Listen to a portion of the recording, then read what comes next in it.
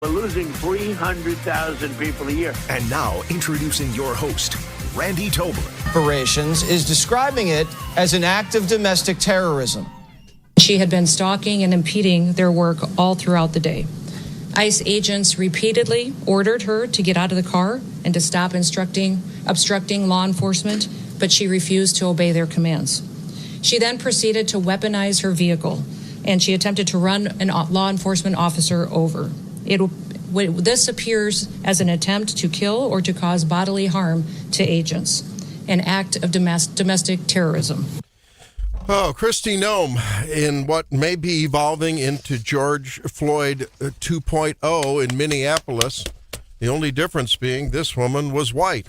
We'll have to see where that goes. I don't know. I mean, what is it about Minneapolis other than rampant lawlessness modeled by the governor and the attorney general, ICE agents under assault, and in the context of that, and a woman leading the charge, the obstruction of their ascension into a neighborhood.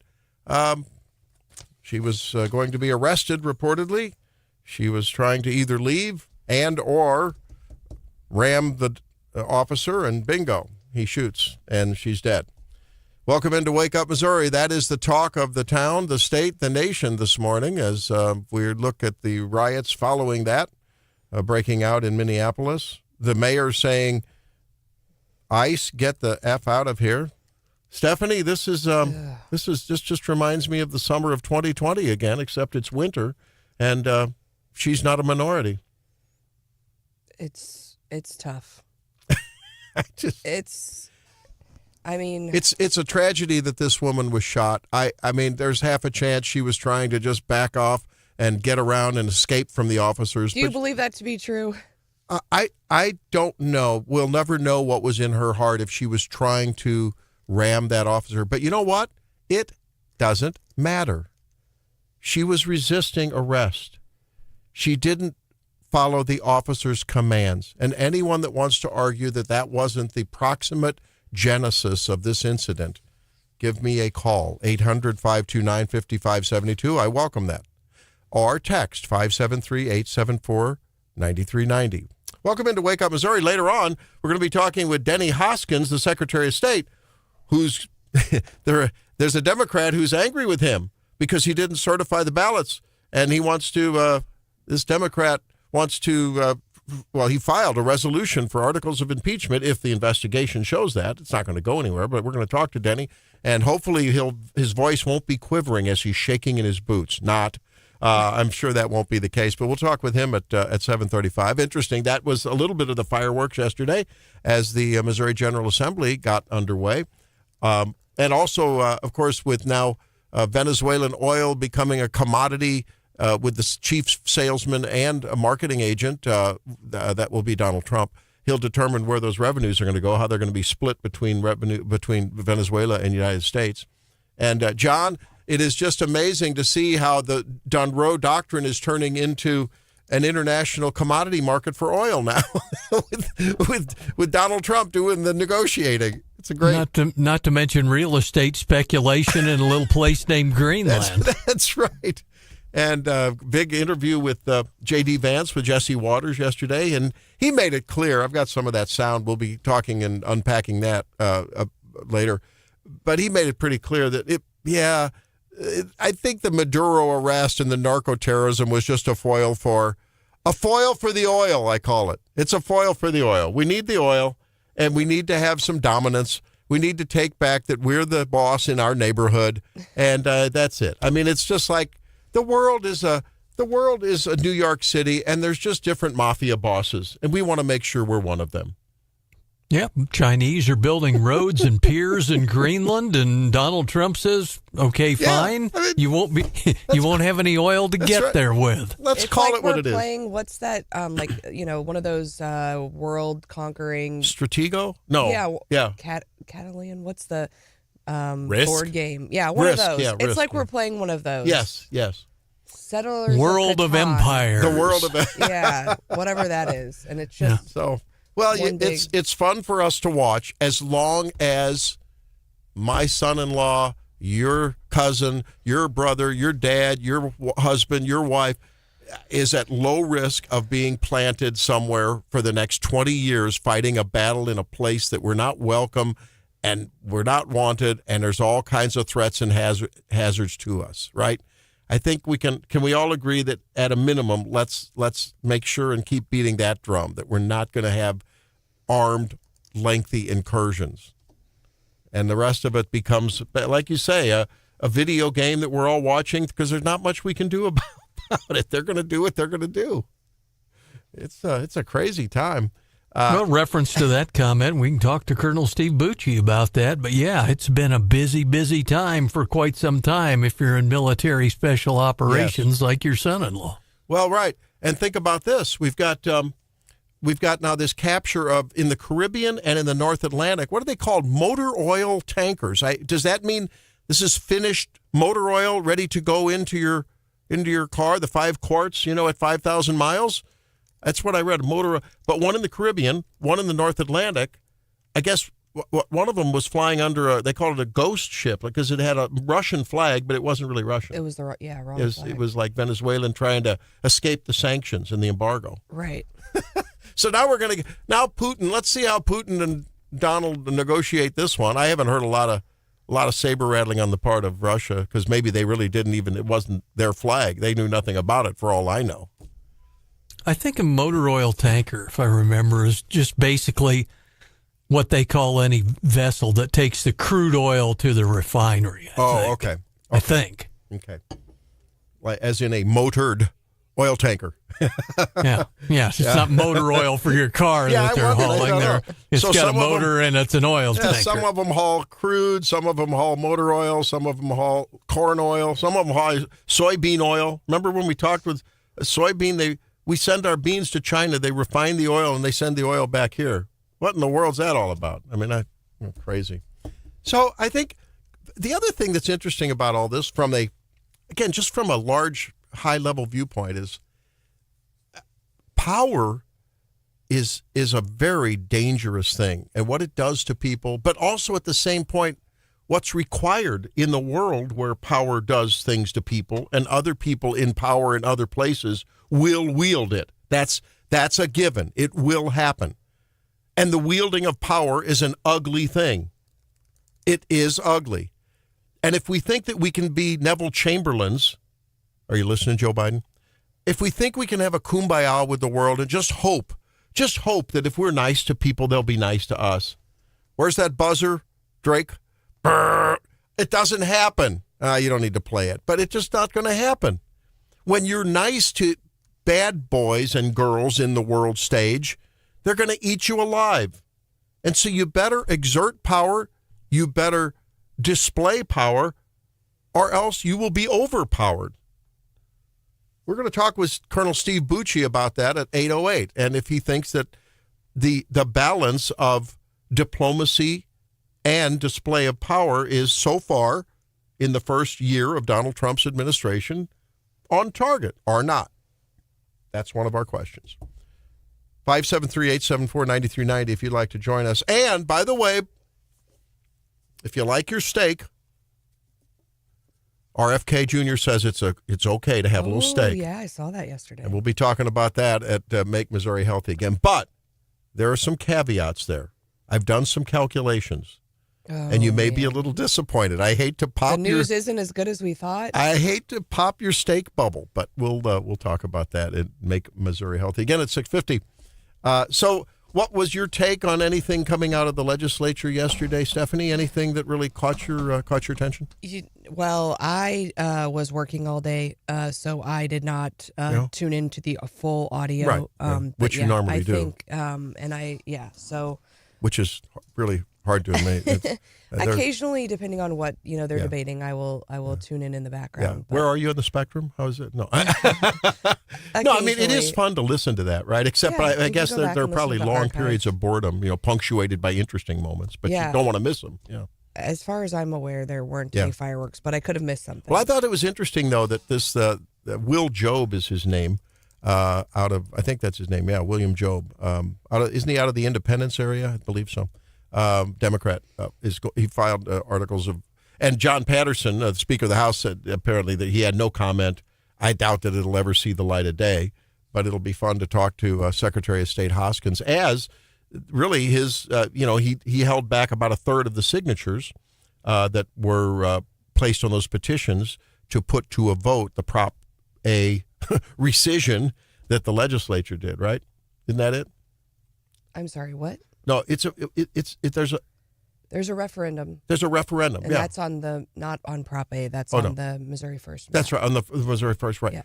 And so, but anyway, he held back a third of the votes, right? Because he said they were filed before October 14th. That's what's at dispute here.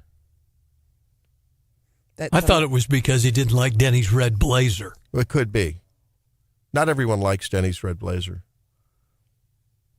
Well, we'll sort it out with Secretary of State Hoskins. But they're mad at him. There is, and I think they probably are also mad at him about. Are they mad at him about the delay on the sports betting thing too? I know Drake's upset about that. He could have been a millionaire by now. That's water under the bridge. Everyone can sports bet he now. could have been as wealthy as. Whoa! Don't speak for everyone, Stephanie. I'm still really mad about that. You could have been as wealthy as Ilhan Omar right now. Oh no, you'd have to open a daycare center and marry your sister. Yeah. That took a pretty big jump, Randy. I just want to be a little bit more she married rich. her brother, didn't she? Oh, yeah. Yeah, okay. I was just having some fun with the analogy. I don't know. We'll talk with Denny at 7:35. And I'll talk to him too, Randy. I'll give him a talking to. Oh, you will you? And don't forget next Wednesday, a special broadcast at the Governor's Prayer Breakfast, a day after the his State of the State address, which will be very interesting. Mm-hmm. And I wonder if many of the petitions at the dais on the prayer breakfast will be for some budget, sanity out of this session. This is going to be tough. I think that forward-looking legislators of the House and the Senate persuasion are going to really be looking forward to, how do we make sure we avoid a fiscal cliff in the years coming? Because we don't know about revenues, we're not certain about expenses. Certainly have been ballooning. But we're going to be talking with the governor a little after 7 next week, I believe. That's as of now. Daily DC Rundown coming up. Stay tuned. It's Wake Up Missouri.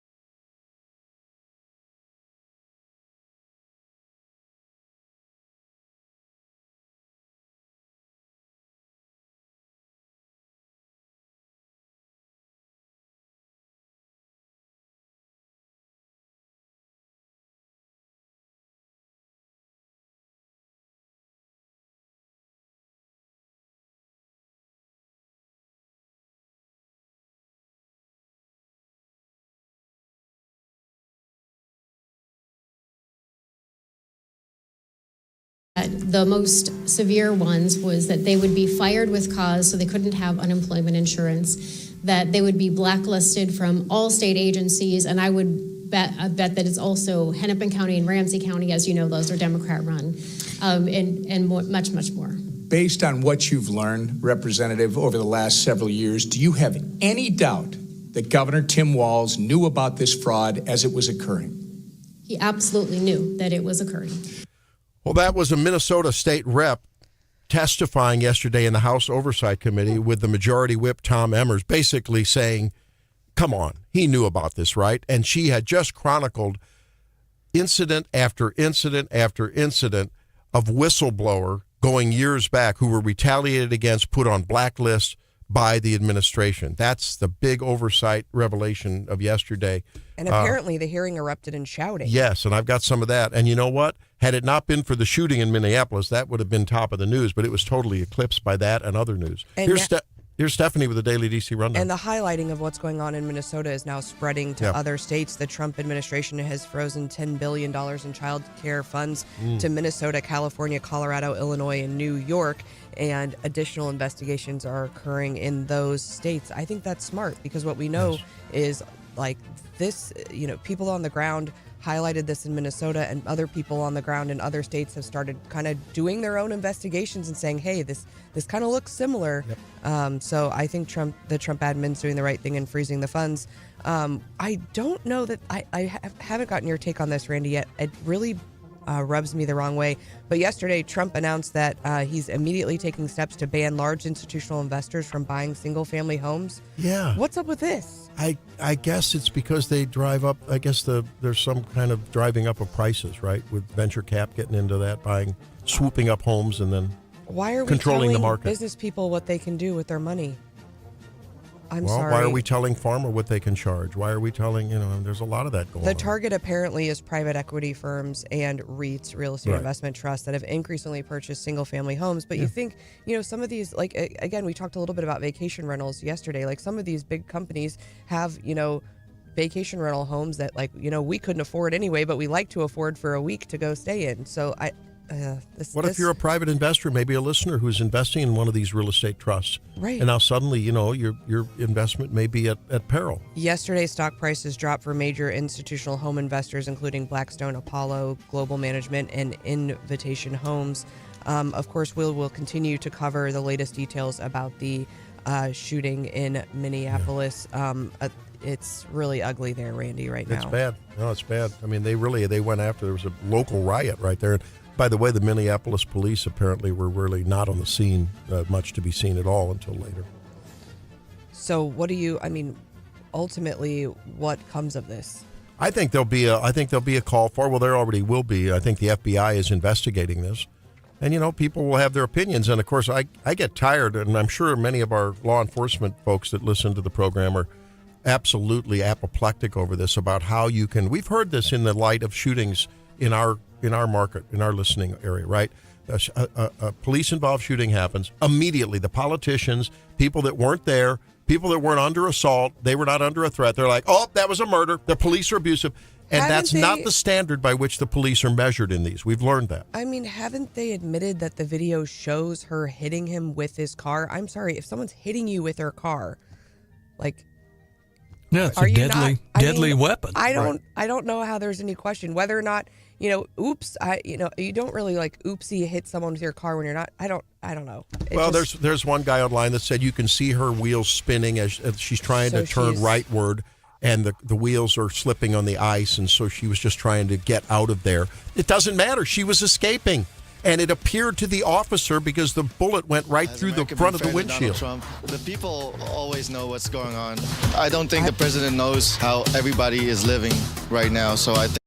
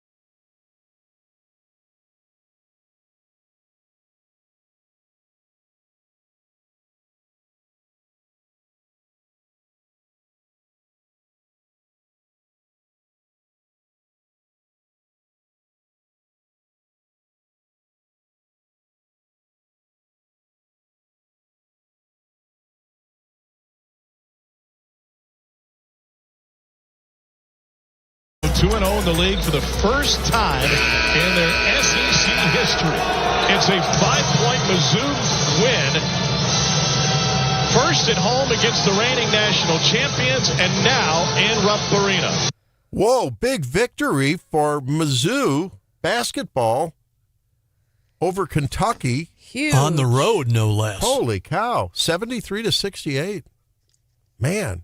And Drake, I don't know, Drake, will you still be working with us? I understand you put about, what, 10 grand down on that? And now you're, what, as wealthy as Ilhan Omar. If I had 10 grand to put down on it, I would have. No, so, so how big of a surprise is this? And B, how big of a potential launch into a super stellar season could this be? Or is this the kind of thing that's going to happen and it'll be a flash in the pan? No, this is insane what's going on. Yeah. We beat the reigning national champion, and we beat a historically great team that we've never won at. The big thing that I think happened, it's two things. One, we got a lot of good players back. Mm-hmm. And two, after that Illinois loss, Gates, the players even said that Gates was a mean SOB to them. And so no more basically Mr. Nice Guy. Rebuilt the entire training and all of that, started from the ground up, and it seems to have worked. Isn't that something? Yeah. Now, so are we getting the appropriate recognition? A lot of time flyover country, whether we do something in economy or politics or culture or whatever, we just don't get the recognition. So are we getting recognition on the national sports wires and stuff or not? No? We're Missouri. Why we're Missouri. I get so tired of being over flyover. Just ignore flyover country no matter what we do. We're just like the little train that could, but no one recognizes us. I mean, for basketball, I think we have to make a solid tournament appearance for people to really. And the problem is the last many seasons, maybe since I've been in law school, even when we had this stellar, awesome team, we fizzled out in the tournament. And that, so you just don't get remembered. The smaller or the more overlooked schools that then make a better than expected appearance and everyone's rooting for the underdog. Yeah. That's when you start getting some of that national notoriety, and we haven't been able to keep our momentum in the dance. That's Stephanie Bell. I'm Randy Tobler, along with John Marsh and Drake Whitman. We're Wake Up Missouri. Thanks for being with us. Ladies and gentlemen, I'm thinking that I really, having heard Coach Gates speak at a True North event, and I got to know a little bit about his background and the way he feels about his players. I got a feeling, to use that parent analogy, because he really treats these guys like they're his children in all the right ways. That means sometimes you got to get out we talked about corporal punishment. I'm sure he didn't take the ruler to their butt, but almost. Sometimes you just got to lay down the law. Mom and dad need to walk into the room, put their hands on their hips and say, and look sternly and give them a little talking to. And I imagine that's what happened, right? Absolutely. Tough love. And Randy, you say, I bet he didn't get the ruler out. I'd much rather get a belt to the butt than have to do half as much as these guys do. Especially in the light of a guy who probably really is sensitive to some of these kids who may have come from some troubled backgrounds and stuff. Let's be honest about it. And they're young men trying to grow up, and they're in the spotlight, and they're expected to perform at NBA level and all that. And so I'm sure there are those very warm and comforting and nurturing moments. And in the light of that, when that kind of a guy comes and lays down the law and it's fire and brimstone, that's a wake-up call. Yeah. Yeah, the relationship between a coach and his players is super special. Yeah. And I think, there has to be mutual respect. And, I think, being on the national stage like these players are, that's tough. I think college for me was tough. Lawyering's tough. And it's not, most of what I do is not on national television. It's our individual challenges. Yeah. And so I think it adds this layer of pressure. And these are people, people watch these games. These are household names when you see them out in the community. It was so sweet. My son's been watching, and he was able to go to the Lawrence Bowers basketball camp this last summer, and many of the players were there volunteering their time to work with the youth in mid-Missouri. And so these are people that he looks up to and recognizes, and not only on the court, but off the court. And that's a tall order for a coach. It is. To manage. You got to admit that Coach Gates, he's done stuff with Mizzou that we haven't seen coaches do in a long time, since the days of Storm and Norman, bringing in those top tier ball players. That's true. That's true. Like Jason Crow. Well, I mean, it's going to be interesting. We've seen this before, and it'll be interesting to see now whether he can take this spark of success and mold it properly and restrain their exuberance and their swag, which is going to happen with anyone, especially young men, and channel it right. So I actually have some personal stories about Coach Gates. Yeah? So when I was in... did you take a ruler to your butt? No, okay. but I did get to witness some of that, harsh coachness.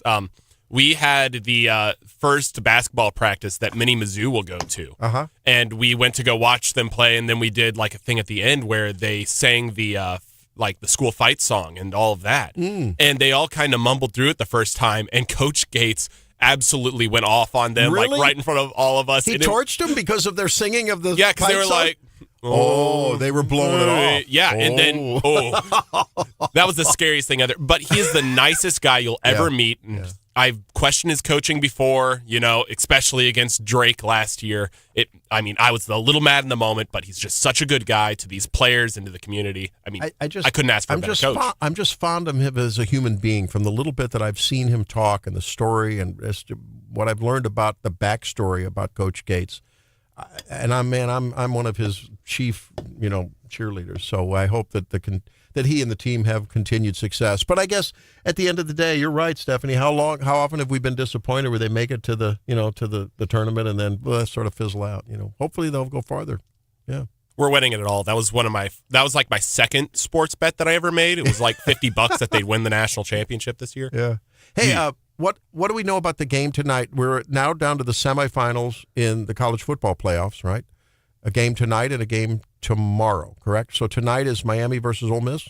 Yes, it is. I'm trying to look up what bowl it specifically is, but it's going to be Fiesta Bowl, isn't it? Or am I wrong? Is it the Yes, it's the Fiesta Bowl. Ole Miss, no one would have guessed that they'd be on this stage. I know. Miami hasn't been on the stage for a while.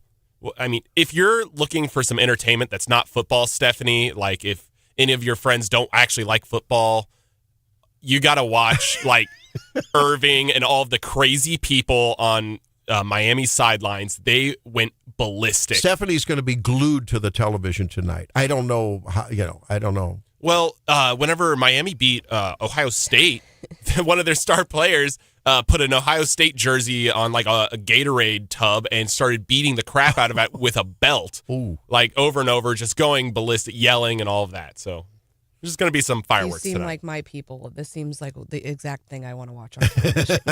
And they're at Ole Miss, no less. So could be a good one. And the coach of Ole Miss is no longer the coach, right? He's went to LSU. Yeah. Yep. How bizarre is that? I mean, if you're the coach of a team that was surging, you think he's like crying in his beer now that he's not on the field coaching in the semifinals for the playoffs? No, LSU is paying him the same amount of money that Ole Miss would have every win. It's that all they about get. the money. Yep. Yeah, okay. Yeah. Well, and also it's really funny because the big thing with coaches, when you make that much money, it's not necessarily about the money. It's whether you think you can win a national championship. And him leaving kind of made the open statement, I don't think that I can win a national championship here at Ole Miss. And maybe the Ole Miss folks are going, especially if they win, right? If they go all the way. It's like, good riddance, dude. You didn't believe in your own team. So here, take a look at this. Yeah, they're meeting up next year, Ole Miss and LSU, which is where he went. Oh, wow. So that's going to That'll be some fireworks for sure. Well, what is so going back to the men's basketball for Mizzou? When is their next game? Who's it against? Ole Miss. Oh, really? Yep. Is that this weekend? On Saturday. Saturday. On the road. How Ole Miss, in Oxford. Their SEC. Ole Miss is playing, I think, about 500 ball right now. So, I mean, as much as you would say, well, this isn't a very critical thing. I mean, but this is a critical game. You cannot lose this game, right? Yeah, you can. Or else you can't. Or else this looks like a flash in the pan. This looks like a one-off. This looks like whatever. They had a couple of flashy moments. I don't know. They beat a couple of the two biggest dogs in the country. No, but you know what I'm saying. Going back to the story about let's make sure that we continue to play at that high level and do whatever it takes. Instead of getting complacent is what I'm suggesting. Yeah, I'd rather see, like, if I had to choose between winning this game and possibly injuring some of our star players that have been injured, or maybe losing but keeping those players. I'd rather lose. I mean, it's going to feel bad in the moment. What's the connection between winning the game and injuring players? I don't understand. I mean, I'm just having them out there trying 1,000%. Wait a minute. Like if we're down. Wait a minute. Randy, this is a long season. Wait a minute. We got to talk about philosophy of life. This is a long season. Should I school you on philosophy of life after the segment here? I'm a little burnt because I started coming to college whenever we went 0-18 in conference. Yeah, so I'm a little burnt.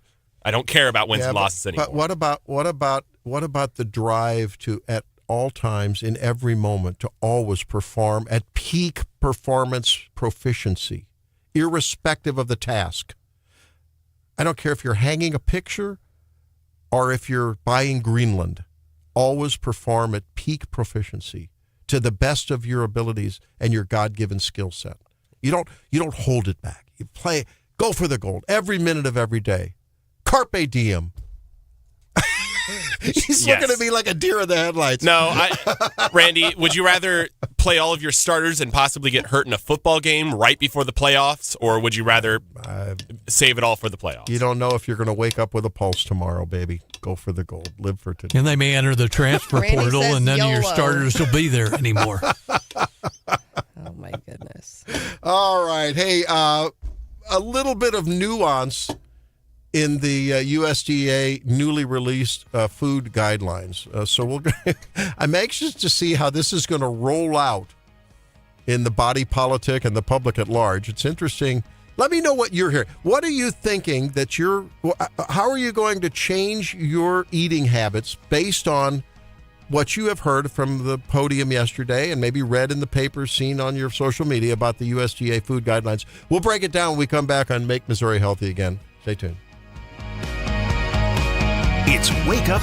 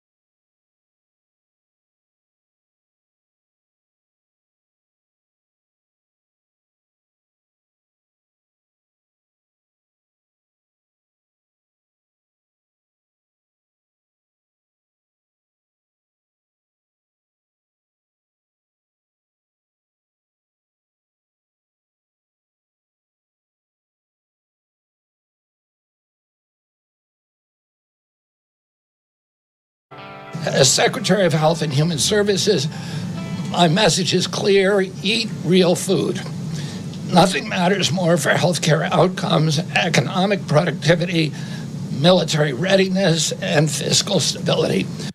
Well, in a landmark change in the USDA guidelines for what we should eat, which will impact institutional eating, military, certainly our kids in their schools, and I think the body, of the American public at large, that's really the bottom line. Eat real food. Eat clean foods.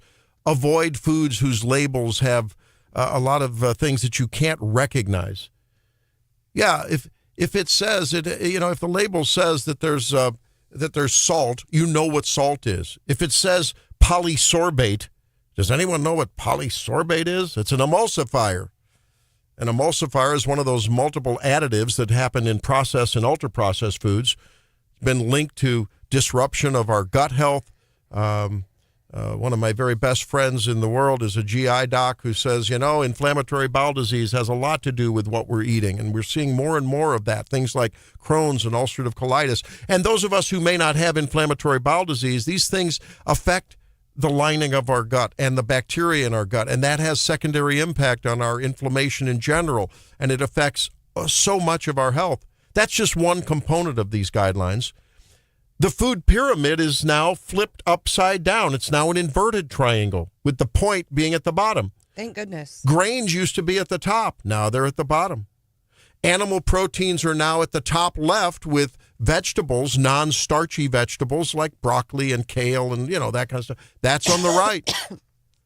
And in between are nuts and seeds and berries and fruits and so forth. So I think in general, it's a lot better fit for us than what we had before.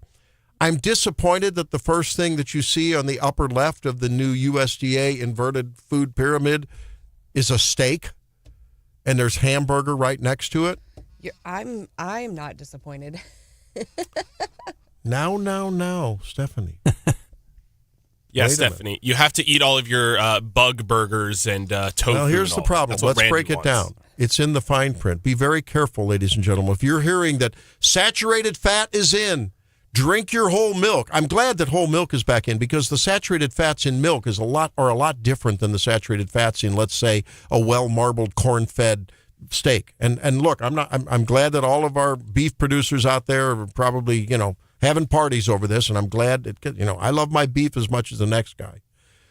That said, they recommend that you keep that saturated fat content to 10% or less of calories.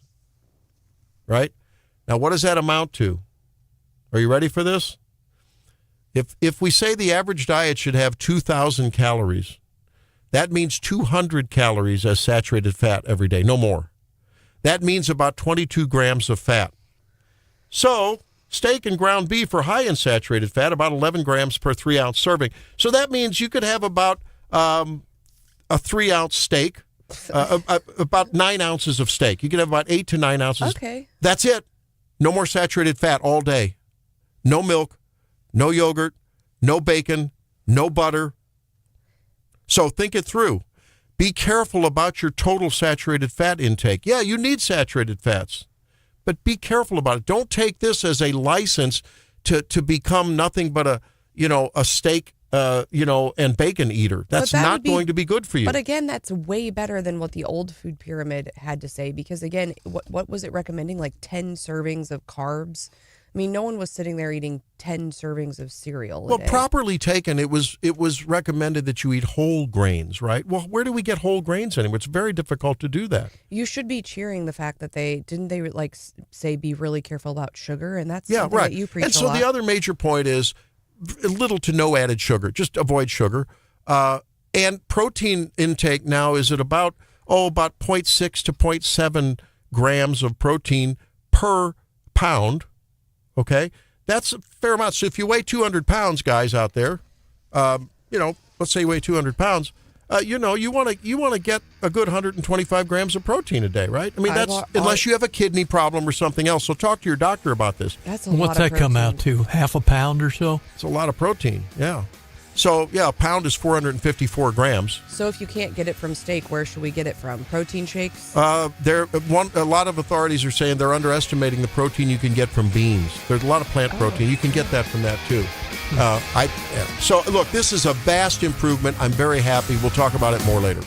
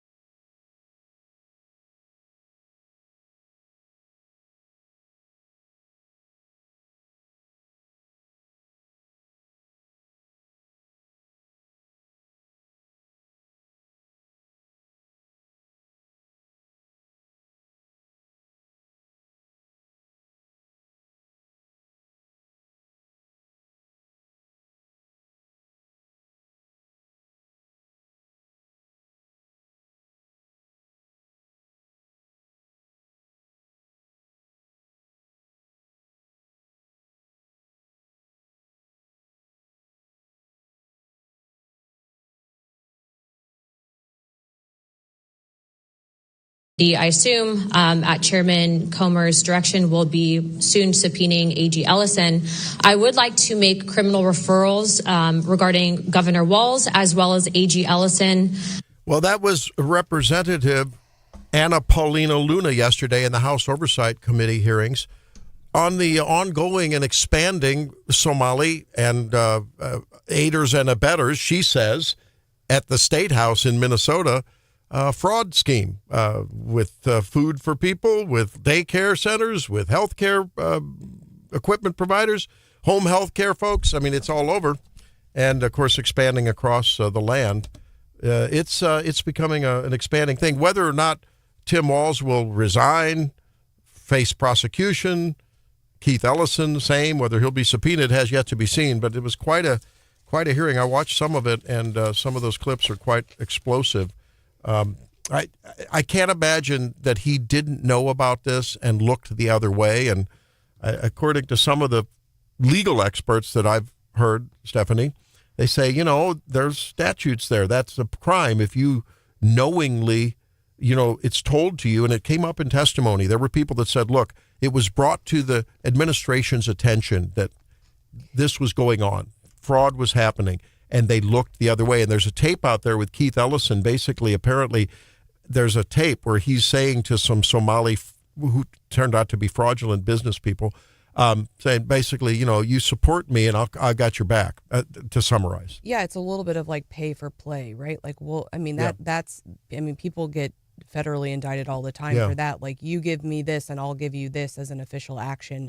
That's prohibited federally and at the state level. And then the other thing that's prohibited is these whistleblower protections. Almost all states have protections for people who identify these issues going on. And then what we know is either they were being ignored or some of them were, had retaliation against them. They were blacklisted. Yeah, exactly. And so I think... Well, didn't Blagojevich get in trouble for the same kind of thing? I mean, in a different realm. It was political pay for play, I think. But I mean, it's happened to governors before.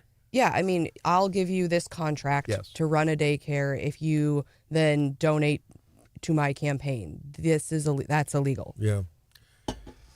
I think, though, whether it's this level with this fraudulent corruption scheme, or whether it's nationally when you have, directors of national intelligence, CIA directors lying to Congress, and that is a crime, and they don't come to justice. It doesn't seem, a lot of people, especially in the Trump world, and I'm among one of them, that's part of why I wanted to get Donald Trump in office. I wanted to see justice for people who had, weaponized the justice system against Donald Trump and others.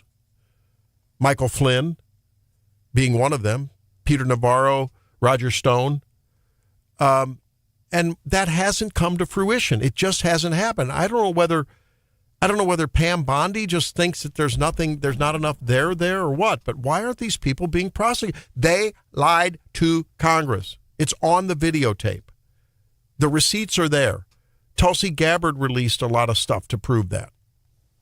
And I think in this instance, if Walz and Ellison aren't at least brought before a committee and asked to testify and explain what's going on under oath, maybe but they have to do it in a separate meeting. I don't know, under oath, closed, in the basement. But why aren't they held to account? Because this is federal bucks we're talking about, federal bucks. 573-874-9390. I'm in possession of a troubling, and I've got to get it to you guys. I'm going to do that here as soon as I can. But I've been sent a very troubling video of after the shooting. That's the other story of the day today. Probably the story of the day is this, the killing of a woman by an ICE agent who was in front of the left bumper of her SUV, a woman who had been obstructing ICE activities there and leading that obstruction and harassing officers. I don't think there's any argument about that. Moved to the Twin Cities from Missouri. Yeah. And I think and then there was some reference from Colorado as well, but she has Missouri roots as well. Is that right? And Missouri tags on the SUV. Yeah. And so she was apparently one of the ringleaders of some of the protests and the obstruction to the ICE activities there on a street. It looks sort of like a suburban street in Minneapolis. It doesn't look like it's inner city Minneapolis. And then you see officers approaching her SUV. It's sort of sitting at an angle in the roadway. You see the officers there. One officer is approaching her. Another officer comes from the right front of her car to the left front of her car. She backs up as the officer is they're trying to arrest her, it's been reported, saying, stop, get out, get out. He grabs the handle of the door handle.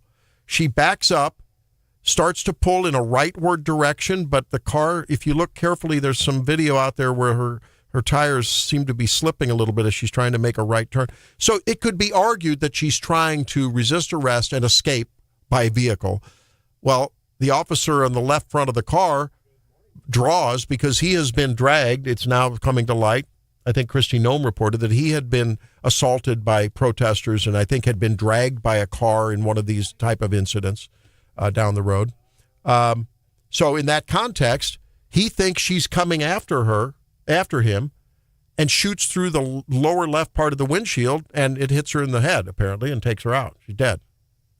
Now, there is a troubling video, and I'm going to try to get this up as soon as I can, of in the wake of this, a person who claims to be a physician wanting to take her pulse, and and they say, no, get out of here, we have medics. And they point a gun at him, and now, of course, the left is saying, well, you didn't even allow someone to come and attend to the woman who's a physician. Well, if they had medics and they told him to get away, again, it's if in fact there were no medics and they were lying, there's a mechanism to get that straightened out, right? But if I'm the doctor and I want to approach and I'm told get away, I'm getting away. But we'll see. Let's see what Mark has to say. Mark, welcome into Wake Up, Missouri. Good morning, Randy. My understanding of the story is that the woman was not from the area and drove there. So she pretty much put herself into that situation regardless of the outcome. So I think that's one of the issues that people need to recognize. Yeah. No, look, while it's a tragedy, it's a shame when anyone dies, right? I don't want to see another human being dying. Well, there are some exceptions. Right. There's some people. My issue is that I feel like Pam Bondi has turned into another Jeff Sessions. She may come out and make posts, but she's not really followed through with the DEI issues in our university. Fox News story about Washington University is a perfect example. Yes. She hasn't followed up on all the Title IX violations that the schools committed. She hasn't followed up with the release of the information from Epstein, which I know there's lots of stuff, but, even Trump had said that there's some issues there and that he wasn't too happy with her. Bongino and Kash Patel have said that there are issues between them and her. So maybe that's why Bongino left. Although, there's lots of speculation. Well, I don't know. My comment is all I know is that she certainly gets out there and has a lot of hot gas and a lot of bluster on the various talking head shows. But I want to see some action. I want to see these people. I want to see these people brought to justice. The rest of us have to face our day in court. If it's a traffic ticket or if it's a parking ticket in Jefferson City, now costs you $25. Oh, wow. I mean, we don't get a pass. Okay. If only she wasn't so Second Amendment as well. But, thank you. Thanks a lot, Mark. Appreciate the call. Let me know what you think about this. 573-874-9390. I mean, it's some interesting news. And do you think ICE was off kilter when they don't let a guy who claims to be a doc check her pulse and try to give medical attention? Now, there's people in the background screaming, where are the medics? Where are the medics? And I don't know. I guess now this is another angle that's going to have to be investigated. But look, I never say always. Well, sometimes I say always and never, but you know what I mean. It's got to be careful with those kind of words. Rarely will I not be on the side of the cop. Let's just say that way. I mean, those guys and gals go out there and put themselves in harm's way to protect us. In this case, ICE, to get the illegals out, to make sure that if this is a Somali operation and get them, that are there here illegal, if they are, whatever their mission is, it needs to be thwarted out. And they put themselves in harm's way. They clearly have targets on their back. Their families are being doxxed. And you see, you're there within inches of the bumper. Apparently the bumper of the car or the front panel hit this guy in the leg. and he ended up in the hospital a little bit. I think he was released. What would you do in that situation? People who are detractors of this shooting, what would you do? You don't want to admit what you do. If you'd been through what you'd been through and she'd been harassing all day and your buddies are telling her to stop and get out of the car and they're trying to put her under arrest, that's been reported. I can't personally confirm it. And they're telling her to stop and she doesn't stop and the car is ostensibly coming at you, whether it's willful or whether it's slipping and she's trying to just escape by car and get out of the scene. It doesn't matter. She put herself in harm's way by not obeying the cops and respecting authority. 573-874-9390. I'm going to check the text line here. Do we have anyone that disagrees with us? I don't think so. I know the KCTV station reported that they talked to some of the neighbors. Yeah. And said she had threatened to go to Canada when Trump was elected and all, which doesn't play up against what, the other reporting saying, she was just peaceful and never been involved in any protest or all. Sounds like she easily could have been. Yeah, no, I don't think, I think there's anything but that. So, we'll have to see where it goes. I don't know. It's just, it's sad. And now will this turn into a larger and more explosive situation in Minneapolis at large? Have to see. J.D. Vance was on with Jesse Waters last night, and I think really sort of said out loud what the whole MO behind the Venezuela move and Maduro and his wife and apprehending them was all about. I think we all know it, but they had to say it was about narcoterrorism. I mean, yeah, maybe a little. That in a minute. Stay tuned. Denny Hoskins, as there have been articles of a resolution to impeach him filed on the first day of the Majority General Assembly, joins us at 7:35, and then national security top of the hour at 8 o'clock. Stay tuned. It's Wake Up Missouri.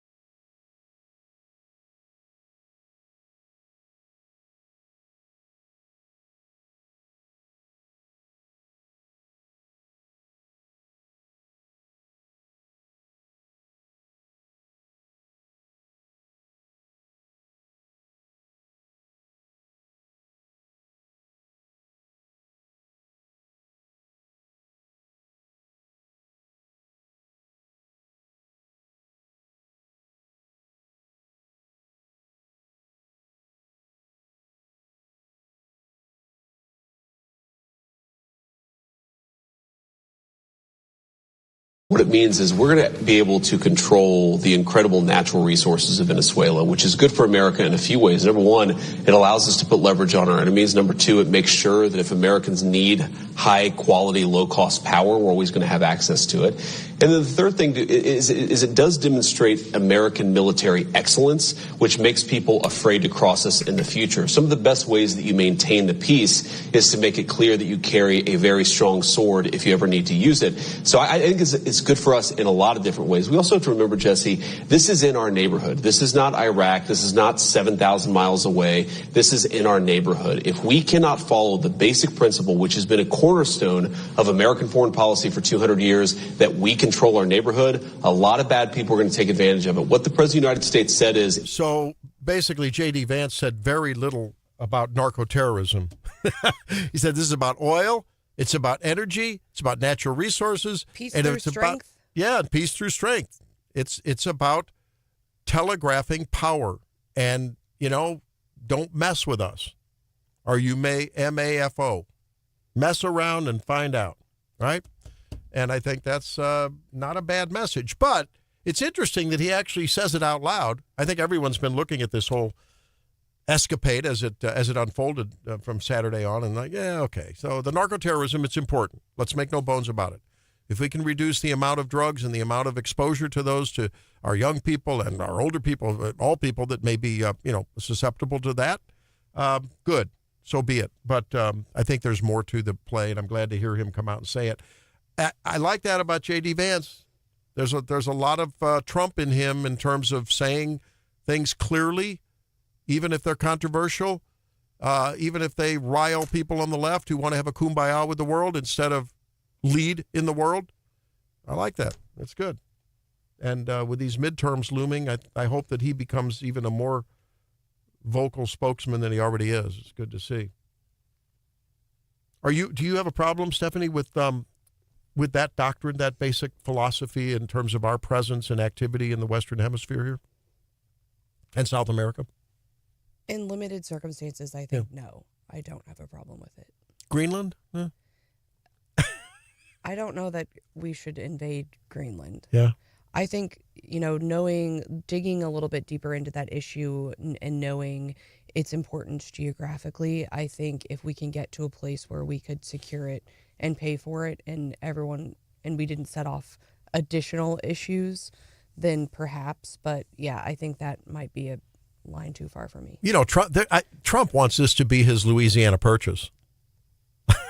That's what he was. Good way of putting it. Trump land. I mean, if it's not renamed Trump land, if he gets a hold of it. I'm sure he just wants this to be his Louisiana Purchase. When you fly over to Europe, I've only been over a couple times, but doesn't the plane go over Greenland? I think so. Doesn't the arc? I always thought of Greenland being super north, but actually it's sort of, I don't know, it's really not as north as you'd think it. The arc of the plane, as you watch that little on the back of the next guy's seat, it goes right over Green. Drake, doesn't it? Yes, it does. Yes. I'm astonished that you're just now learning about geography. No, I understand that, but in my mind's eye, I think of Greenland as being like super North Pole kind of stuff, but not really. All right, Denny Hoskins, we'll see if he's quaking in his boots because a Democrat in the General Assembly wants to see him impeached. I don't think so, but we'll talk with Denny Hoskins, the Secretary of State, in just a few. Stay tuned.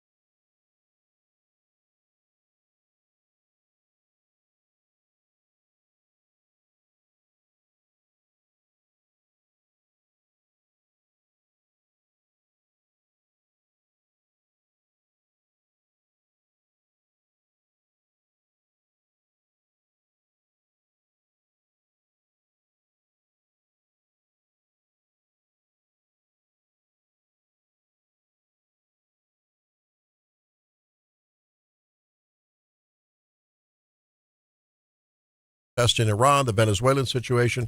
But we are blessed to talk to Secretary of State Denny Hoskins as he calls us from his highly fortified and well-bunkered and now circling the wagons, the embattled Secretary of State, Denny Hoskins, who had a resolution of impeachment filed against him by Representative Will Jobe yesterday. Are you feeling okay this morning, Denny? Can we send you any reinforcements? I'm still feeling good. You know, it is pretty sad when one House Democrat files articles of impeachment because I'm doing my job. And so I'm going to continue to do my job, continue to follow state law, and continue to follow the Missouri Constitution. And if House Democrats want to try to impeach me for that, so be it. Well, he's butthurt because his signature, he said, is one of the ones, I'm quoting, that is apparently in a box somewhere in that's your office, that he's refusing to verify, that he would be you, that he's refusing to count along with 100,000 other Missouri citizens that desire to make their vote. Secretary of State Hoskins, you're squelching the voice of the people, including this representative. I mean, come on now. My tongue's in my cheek, of course, but tell us what you did and why you did it and what the controversy is here. Yeah, so the governor called special session for the legislature to come in and do new congressional maps. And so they did that this past September in 2025. As part of that process, there's a referendum process, basically kind of a citizen's veto process here in the state of Missouri, where if any bill goes into effect, they can collect signatures in order to put it on the ballot and see if they want to actually have that bill go into effect or not. Well, there's a process, and so they immediately started collecting signatures before the governor had even signed the bill. Mm-hmm.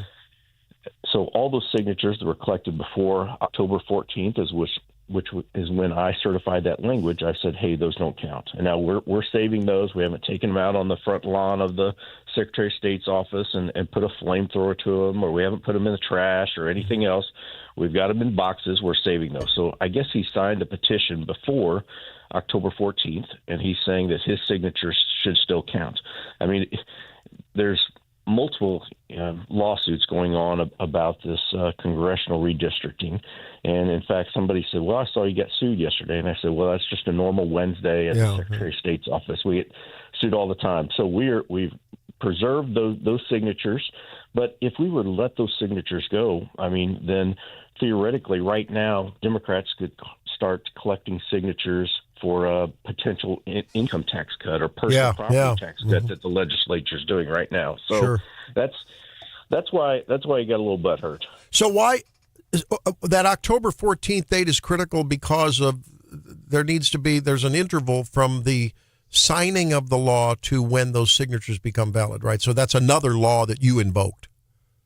That's right. I followed state law. Yes, following state law, and like I said, in my opinion, this referendum process was never intended to go through on congressional redistricting maps. In fact, our county clerks, local election authorities, they have until July 28th to verify these signatures. Well, everyone knows that the filing for state rep, for Congress, for state auditor, everything starts at the end of February. And obviously the primary election is in August. Well, these local election authorities have until almost the end of July to verify these signatures. So this is all trailblazing. That's for sure. We're talking with Secretary of State, Denny Hoskins this morning on Wake Up Missouri. And yesterday, Representative Will Jobe from Independence filed a resolution for articles of impeachment should the facts support that. I think that's the way the resolution reads, to paraphrase. And here on Wake Up Missouri. And also, I guess there's other lawsuits involved. Denny, you mentioned in the midst of your discussion with Randy, personal property taxes. That's something you worked hard on trying to get to go away. I know you're over in the Secretary's office now, but what are you hearing from the State House on the potential for this being the year to at least start chipping away at those? I certainly hope so. It was something that I championed, when I was in the Senate, as you said, and I think we pay too much in personal property taxes. I think we pay too much in taxes to begin with. I mean, our Missouri state budget has gone from in the $20 billion range, to over, I think, $52 billion over in the last 7 to 8 years. So we've almost more than doubled our Missouri state budget, the amount of taxpayer dollars that are coming into the state. So if we were able to operate on a budget that was $27 billion, $28 billion 5 or 6 years ago, most certainly we can operate on a budget like that. Well, the difference in that could be money going back in individuals' pockets. And that's what I've always championed. I think the people here in the state of Missouri spend their money best, not state government. Now, the legislative session kicked off yesterday in Jefferson City. There were some changes to the initiative petition process here recently that allows you, once a circuit court decides that the ballot title is insufficient or unfair, to rewrite it. So I guess, do you have any comments on how that new process has been going? Do you have any tweaks to either the initiative petition process or election integrity that you're looking for priorities in this new legislative session? And then I know also there was some dispute over staffing and budgeting. Are there any priorities out of the Secretary of State's office this year for budgeting? Yes, yeah, most certainly. With the initiative petition process, I mean, that's pretty well set in statute. Now, the legislature did give me 3 bites at the apple when they come and put something on the ballot. So let's take, for example, the new Amendment 3 for this year, which is the pro-life Amendment 3. The legislature passed that in 2025 to put that on the ballot to ban sex changes on children, as well as only allow abortions in the case of rape, incest, or life of the mother. And so I had 3 bites at the apple to rewrite that language because the opponents took it to courts. I took 2 chances and rewrote that language. The circuit courts here in Jefferson City agreed that my language was fair and accurate. The opponents appealed that to the appellate court, and the appellate court changed that language, in my opinion, dramatically, as well as the order of the language. So there's some tweaks there. I did not get my 3rd bite at the apple, per se, as far as rewriting that. And I would like to see, hey, if the appellate court changes that language, then that change come back to the Secretary of State's office, and I would have another bite at the apple to rewrite that language. I'm an elected official here in the state of Missouri. I take my job as Secretary of State very, very seriously. The appellate judges are appointed. They are not elected. And so I think it's only fair that I would get one more bite at the apple. But there's some other things. I know initiative petition is going to be on the ballot for voters in November of 2026, some what I call common sense changes. We have some frequent flyers here in the state of Missouri that like to just file initiative petitions, I think, to see their name on the website, as far as putting a small charge, $500 or something, to $1,000 any time someone wants to file an initiative petition that could go out for circulation. So there's some small things that we can do to make, I think, the process more efficient and more fair and accurate. In the wake of all the controversy that continues to swell around the 2020 general election, and now with a very pivotal midterm election coming up this year, what kind of things can our listeners count on that you might be doing to absolutely make sure that their vote is an airtight vote that won't be diluted by illegitimate votes in the state of Missouri? Yeah, that's a great question. So since January 2025, about a year ago, we've actually had taken over 200,000 ineligible voters off the voter rolls here in the state of Missouri, and that includes over 60,000 deceased voters. So we're really focused on cleaning up the voter rolls, making sure only citizens vote here in the state of Missouri. And then we've been working with surrounding states, Kentucky, Kansas, Tennessee, and then some snowbirds that would go down to Florida or Texas for the winter, working with them to cross-check our voter rolls with their voter rolls to make sure that somebody hasn't registered to vote twice. I mean, I can rest assured we don't want anybody that moved from Kansas City, Missouri over to Kansas City, Kansas, becomes a Jayhawk, and then still drives across the state line on election day to vote in Missouri elections. Yeah, God forbid. And again, with the revelations coming out of Minnesota, you must be horrified as a CPA about some of the non-auditing in the name of auditing that went on of some of these fraudulent, alleged fraudulent things. But when we talked the other day, we were discussing that maybe it's happening in Missouri at some point in some realms. Will you have any intersection into any administrative oversight and review of daycare centers, healthcare providers, food programs that may be getting government funds, whether maybe state funds in this case or federal, to make sure that the people getting them are legitimate citizens, that they're here correctly? That I guess would there be any role where you're going to intersect with some of the oversight if those things are accelerated in Missouri?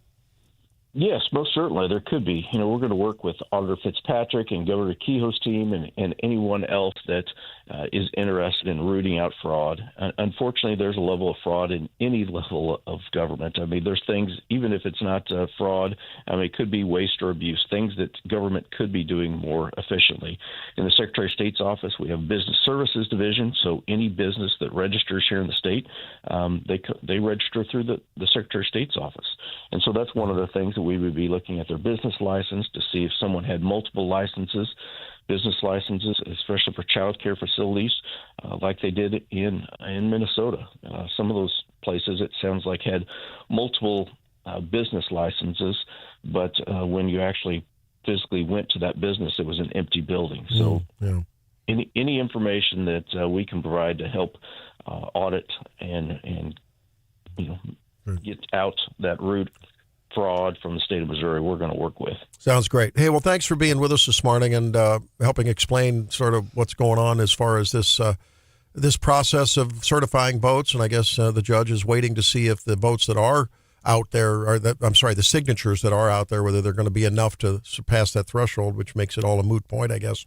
But and all of your efforts in terms of election integrity, that's very important, I know, to our listeners. Thanks for being with us, Denny. Appreciate it. Thanks for having me. All right. Take care. Well, there you go. That's the skinny of it. And I don't know. It seems to me pretty cut and dried. He was following state law, whether people like it or not. And that's a really interesting thing. If someone doesn't like an issue that's not yet been passed, they could theoretically, if they get away with this, they could start collecting anti-law signatures now for a petition, right? Yeah, I think the Constitution's pretty clear that you have to have a law before you can do it. Yeah, what a novel thought. John, what's coming up after a few? The Celtics want to know who took my sea bugs. All right. Back with the world of the wacky and weird with John after this. Stay tuned. It's Wake Up Missouri.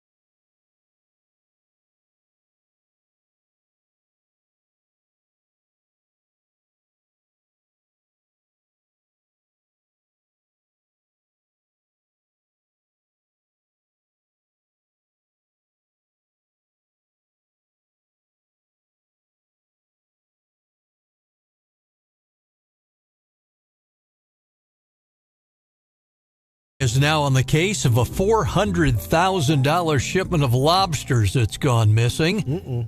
Truck and its cargo disappeared somewhere between its departure point at a warehouse in Taunton, Massachusetts, and destinations at Costco stores in Illinois and Minnesota. Followed a pattern we're seeing more and more, said the trucking firm boss, where criminals impersonate legitimate carriers using spoofed emails and burner photos to hijack high-value freight. ICE says the U.S. economy loses $15 to $35 billion a year on cargo theft.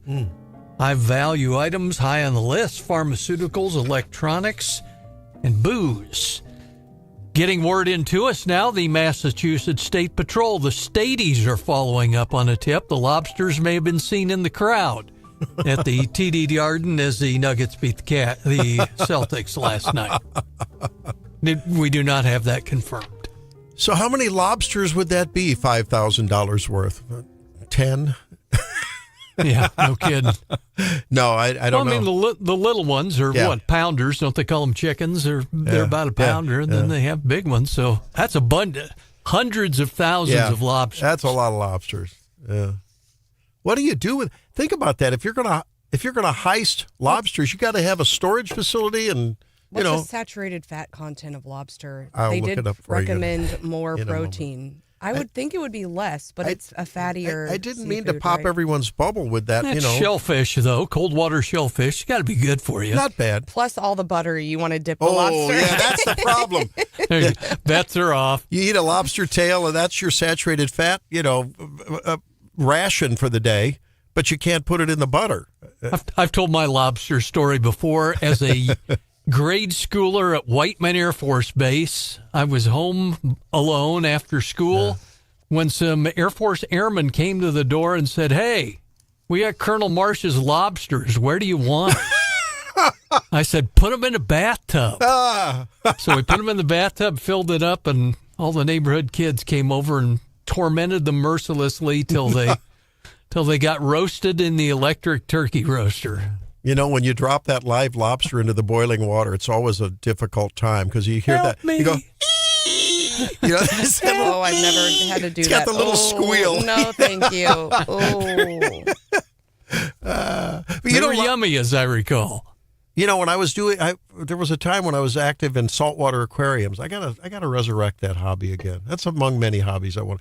And that's a way to condition the water to get the microbiome of the water going. You know, when you put the salt in, you get everything going. Drop a lobster in there, and some of the natural bacteria in the lobster sort of condition the tank and get your biological so cycle you're telling us what lobsters do when you put them in the boiling water, without pulling any punches there, right? Poop can be good. I'm just saying. Well, no, but they carry bacteria in their shells just like we carry it on our skin. RFK's the guy who's all about our favorite phrase with the tailpipe, so maybe he would be the expert to consult on that. Since he's from New England. Yeah, after all. So, well, there you go.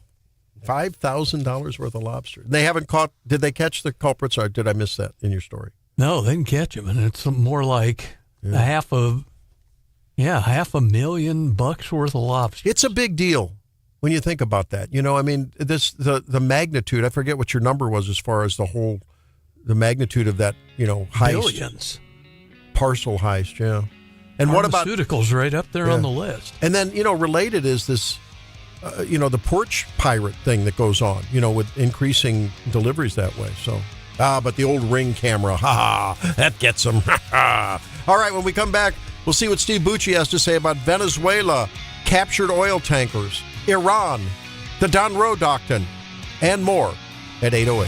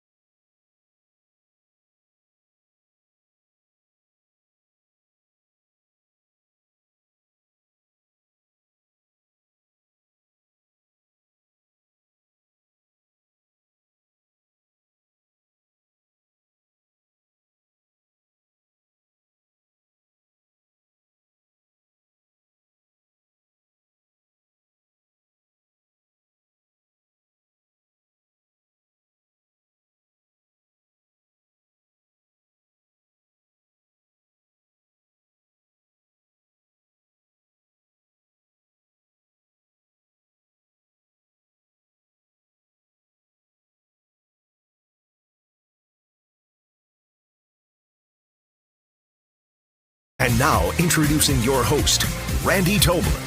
If we cannot follow the basic principle, which has been a cornerstone of American foreign policy for 200 years, that we control our neighborhood, a lot of bad people are going to take advantage of it. What the President of the United States said is, in our neighborhood, the United States calls the shots. That's the way it's always been. That's the way it is again under the President's leadership. J.D. Vance saying out loud what is at least a collateral, if maybe behind closed doors, the main thrust of the Venezuelan apprehension of Maduro and his wife over the weekend, and the fallout now on and on and ongoing. To help us unpack what's going on with national security matters and our military performance is Colonel Steve Bucci, who joins us. And boy, lots to talk about. Let's start with Venezuela, Steve. Welcome into the program. Happy New Year. What do you make of this? I mean, J.D. Vance told Jesse Waters last night, this is about oil. This is about control of the Western Hemisphere and just getting back to the way things used to be. What say you? Well, I would say he's accurate in the general sense. It is about those things, though, some of those are buzzwords for the left to say, oh, my God, this is so nefarious and terrible. Look, the Venezuela, number one, has been hostile to the United States since Hugo Chavez took over, and followed by Maduro. They have been a bad influence in the region with their politics, with the drug running, with all of the crazy things they do to their own people that whole time. Meanwhile, China, Russia, Iran, Hezbollah have all been using Venezuela as a base to do bad things around the entire region, not just to the United States, but to other countries there. We're the only country in the region that can clean that kind of stuff up and stop those people from doing that. So that's what we did. It's not a matter of America maintaining power. It's a matter of ensuring the stability of the region for all of the countries that are located here. And it, frankly, was the right thing to do, legal thing to do. Maduro was not the president of Venezuela. He really stole the election, lost by orders of magnitude, and then said, no, that's not right. I really won. Throw this guy out, and we're going to stay in power. And those other countries are doing terrible things in the area. So I think this was a huge net win that nobody before President Trump had been willing to, put the spotlight on and do something about.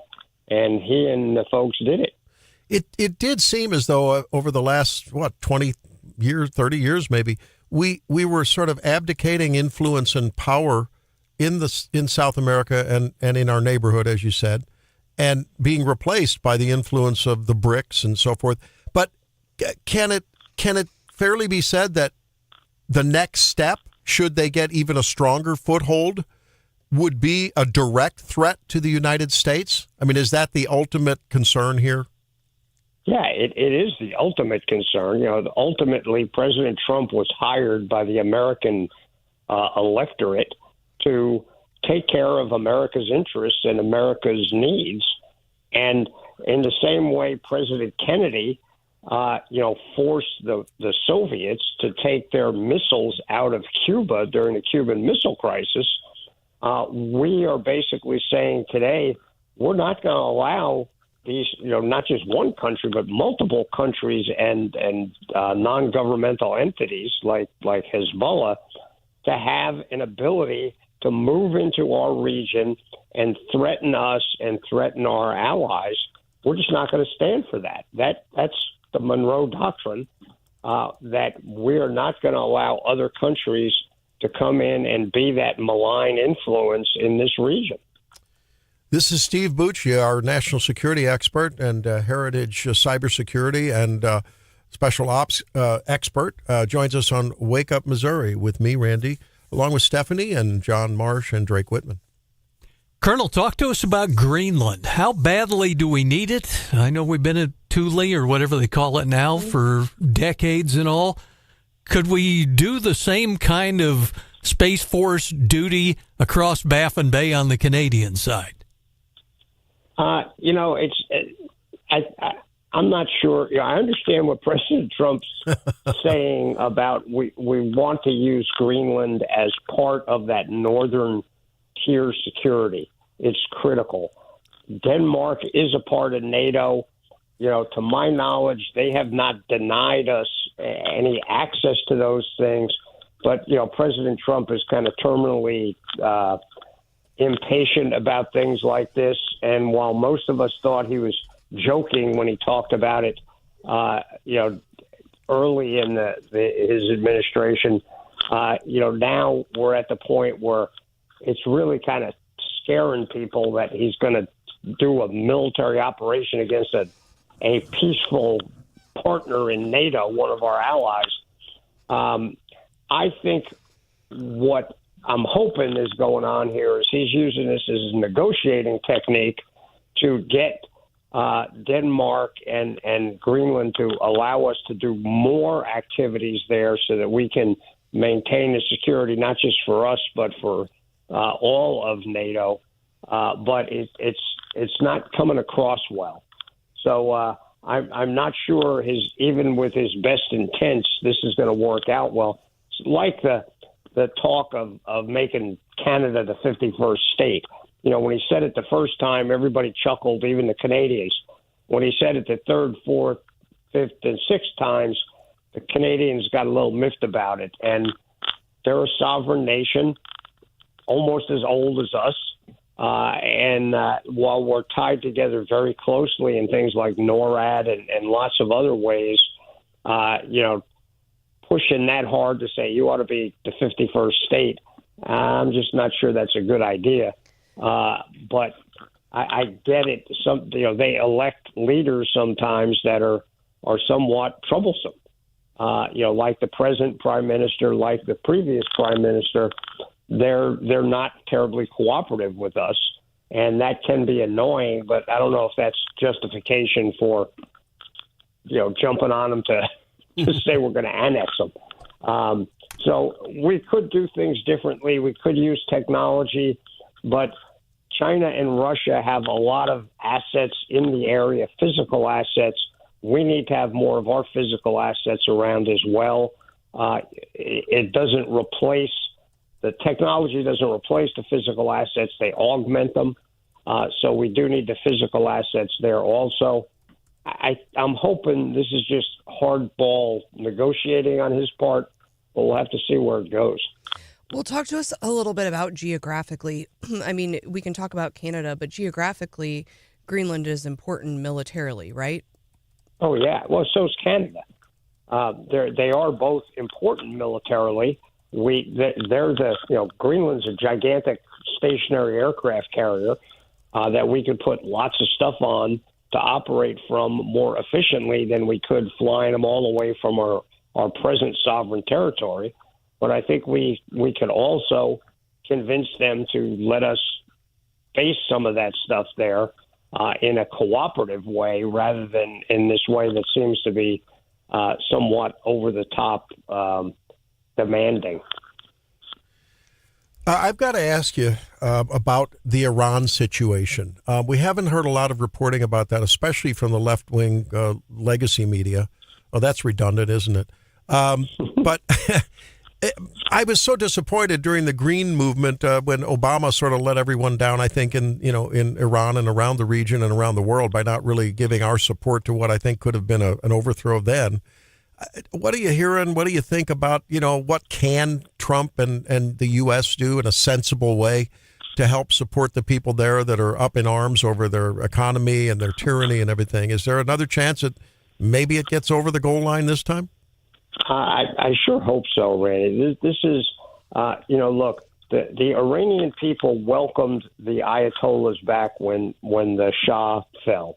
But they had no idea that the Ayatollahs were going to set up a government like they did, be so oppressive, so backwards looking, and so, constantly wasting assets and time and resources to try and bully everybody else in the world and fund terrorism everywhere. They want those guys out of there. And right now, they're weaker than they've ever been since they came to power. Their proxies in Hezbollah and Hamas and Syria and even the Houthis are as beat up as they've ever been. So Iran doesn't have those, stakes to lean on. Their military has proven to be a lot weaker than everybody thought they were. They were pretty feckless against Israel, and then with our help, even more so. Right now is right for the people to take back control of their country and bring it back into the modern world and off of the world of, the access of evil. We need to help them do that. I don't think we need to deploy troops there, start bombing things just to support the demonstrators, but we need to at least rhetorically, diplomatically, and economically try and help these folks out. They're on the side of right in that country, and the Ayatollahs sure as heck aren't. Well, we've heard about the Ayatollah. They're perched and ready to fly to Moscow or somewhere in Russia. So we'll see where it flies. I'm sure we'll have a lot more to talk about in a couple of weeks when we get back together. And again, thank you for your service to the country for so many years and all of the great analysis and service to us and our listeners here. Colonel Steve Bucci, thanks very much, my friend. Sure thing, Randy. It's always a pleasure, and Happy New Year. Same to you. Well, there you go. I think I heard that maybe Colonel Bucci's a little bit skeptical about this Greenland gambit. Same, Colonel Bucci, same. All right. When we come back, let's check in on the market. Stay tuned for more. It's Wake Up Missouri.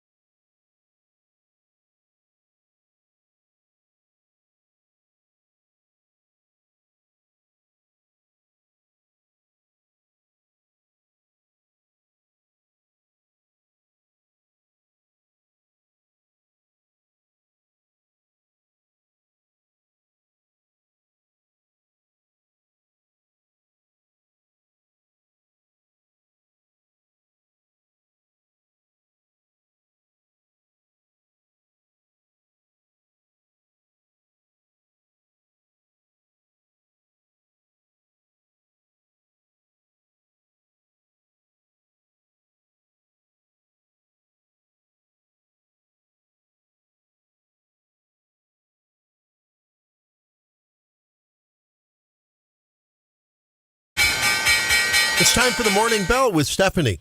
Yesterday was a mixed bag with the S&P and the Dow falling from record highs.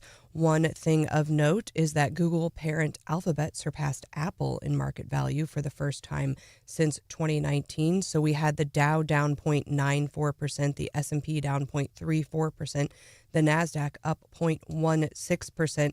As we look at the sectors, we had big gains in health and significant losses in materials, industrials, and utilities. Now, that we've been talking a little bit about this inverse food pyramid, and something that's kind of floating out to the side that is big business is, what are you drinking to go to sleep? Now, John, pass the whiskey on the rocks. There's a new drink in town. Double bourbon. Huh? There you go. Okay.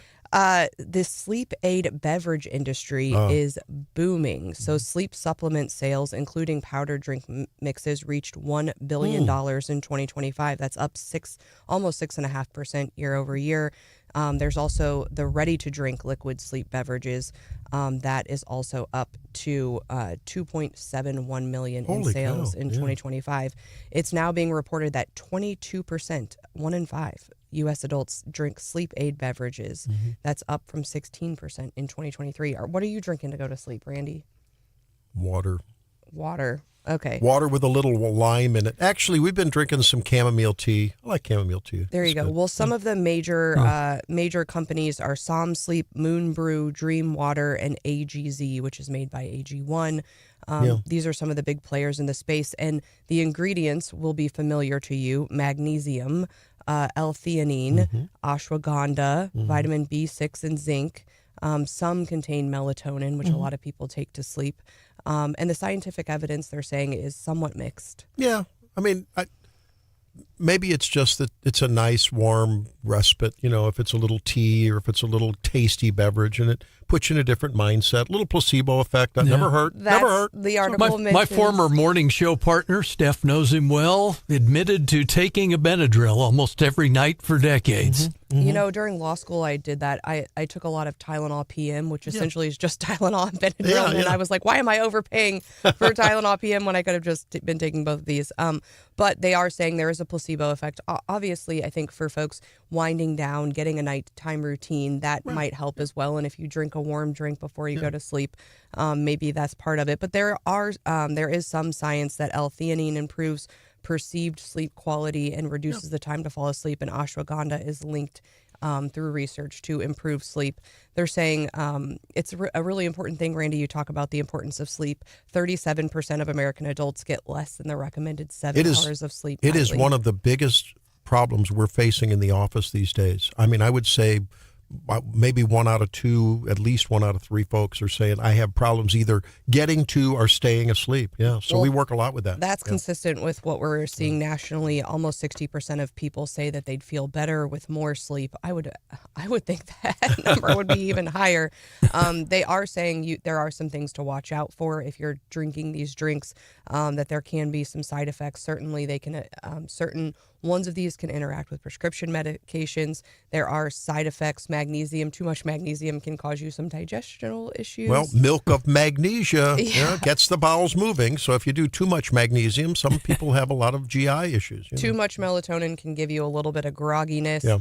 And then, obviously, Randy, you said you like to drink water. Drinking too much before bed might cause you to have to wake up to go to you're right. potty. It's like Randy's old line to the patient. Do you find yourself waking up to pee? And the guy said, yeah, hopefully. Yeah, that's right. So they said ultimately the traditional methods, whether it be meditation, reading, or Randy herbal tea, may be equally effective and cheaper, because these drinks certainly come at a cost. But right now, it's big business. Here's a hot tip. If you're going to be on the screen after dark, put on some blue blocker sunglasses.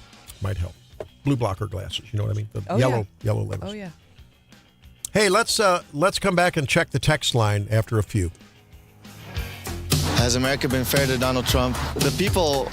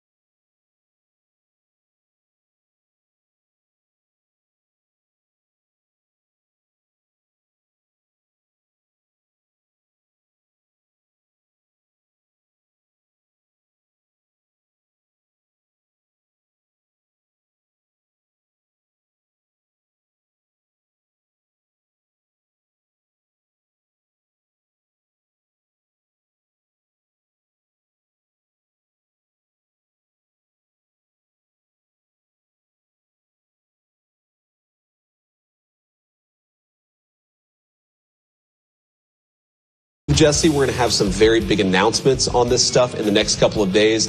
I don't want to get ahead of the president on anything, but we believe that there is a nationwide fraud ring that's rooted in rooted in illegal aliens and others taking advantage of the American welfare system. We're going to get to the root of it, and anybody who's involved is going to get prosecuted.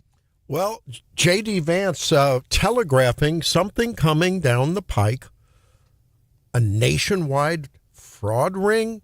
What's he talking about? The next couple days? This was an interview last night on the Fox News Channel with Jesse Waters. So next couple of days would mean, tomorrow, over the weekend. What's he talking about? I think this iceberg is wider and deeper than anyone really thinks. And the sad part about Somali fraud and any other fraud is that it's sort of the old, my gosh, don't you hate to throw away that whole package of blueberries when the one on the very bottom has a little fuzz on it?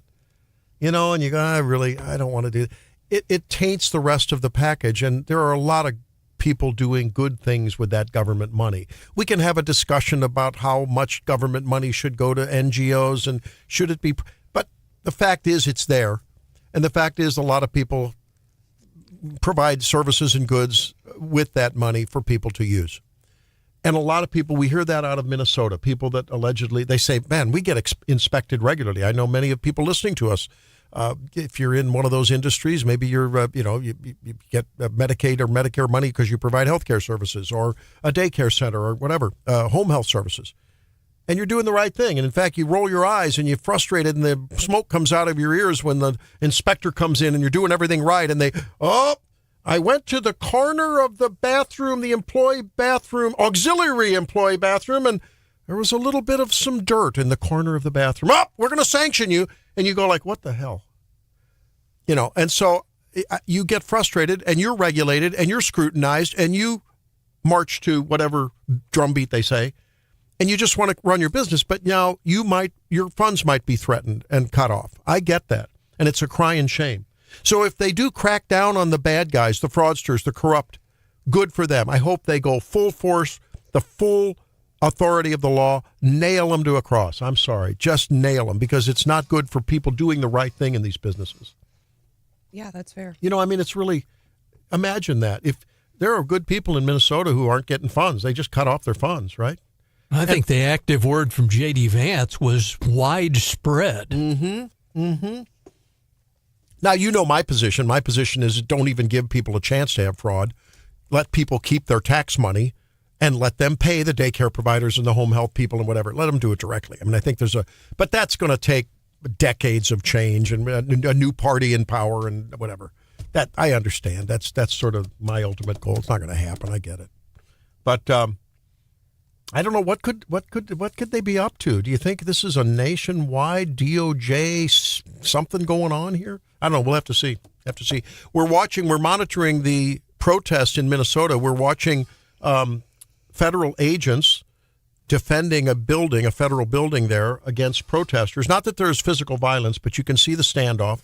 The protesters on one side with an upside down flag and a banner that says "No Kings in America." The news reporters, of course, photographing and videoing the whole thing. Will this erupt into...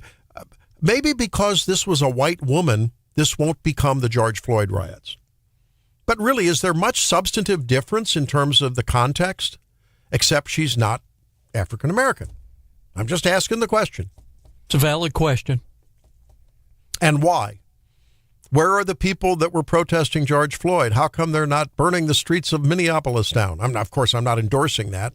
But what's the difference? This is, according to them, an ostensibly innocent woman just trying to drive her car down the street. And we know that that's absolutely not the case. A lot of the folks on the text line are saying, forget about it. Mess around with the cops. Don't obey authority, and you're going to get what you get. Well, the George Floyd thing was the end of May, 1st of June, and if you've ever been in the Twin Cities in the dead of winter, protesting is probably the last thing on your mind. True. Cold toes and purple fingers, outweigh whatever money they're getting from Soros-sponsored organizations, Soros-funded organizations for protest. Yeah, keep the bricks, set up the space heaters, right? Yeah. So, Drake, let's ask you, if you were, you are a young, but not you're not a skull full of mush, but many of your fellow demographic are skulls full of mush. At this point, they just haven't congealed into regular skulls full of brains. But if you're struggling maybe to pay your bills, you don't really have a job or a regular job, and some organization comes and you're sort of left leaning because you just got out of college and that's what they teach you to do, unless you go to Hillsdale or Liberty or somewhere. Would you take 200, 500, 1,000? I don't know what the going rate is to go and, quote, protest. I mean, so you might be ideologically aligned and, hey, there's a protest going on in Minneapolis. Drive up there. We'll pay your expenses and, give you a couple $100 if you protest for a few hours. Would you do it? I mean, not you. Are there people in your demographic that would do it? Absolutely. And I just like to comment about this being compared to George Floyd. This is so much worse on like a moral level. I mean, George Floyd was like a terrible person. And this lady, she did it wrong. Like, she was not in the right in this situation, but it's not like she was out, holding pregnant women to knife pointing on fentanyl. Like, this is I'm very surprised that this isn't being protested. Yeah, right. Well, but I'm not surprised because it is ultimately about racism in this country, and it goes both ways. Yeah, but this is the new thing. Where are the African Americans protesting this? This is the new thing. I mean, it is kind of centered around racism because it's ICE. I mean, everyone's protesting, the racist ICE agents are coming in and deporting whatever. I mean, but to answer your question, yeah, I would take a check. Would? Yeah. He'd be at the protest to meet the girls. Oh, that's what it is. Yeah. You got me, John. You got me. And after all, I'll take you out for a steak because the USDA says that it's, you can eat steak now. So, of course, you couldn't afford steak if you were having to get money to protest, could you? I don't know. I mean, Go straight from there to the steak place, I guess. I don't know if this is going to erupt into something worse or not, but I don't know. You're right. We're seeing snow and ice on the ground there. For those of you who are just joining us, we had an amazing basketball victory last night. We've been talking about that on and off. The Missouri Tigers had is it the first time they've won? They're 2-0 in the SEC. Is that right? That, and also first time they've ever won at Kentucky. Yeah. Where is Kentucky ranked? Florida was number 1. They beat them, but I mean Kentucky's perennially they're back in the pack. Yeah. Florida was not number 1. I wanted to. Oh, I thought they were. I thought you. No. They're reigning national champions. They were the reigning champions. Yeah. So does that mean they really aren't very good this year? When you said they're not number 1, or they are very good? I mean, they're pretty good. I wouldn't say they're the best. Just because you're the reigning champion doesn't mean you're still on the top of the hill, though, quality-wise. Right? Yeah. What do we know about the transfer portal? Thinking about this. So we've got 2 weeks here, right? Doesn't it? Aren't we in that area now where we need to be looking at Mizzou football and seeing if some people are defecting or other people coming in? Have we heard anything yet?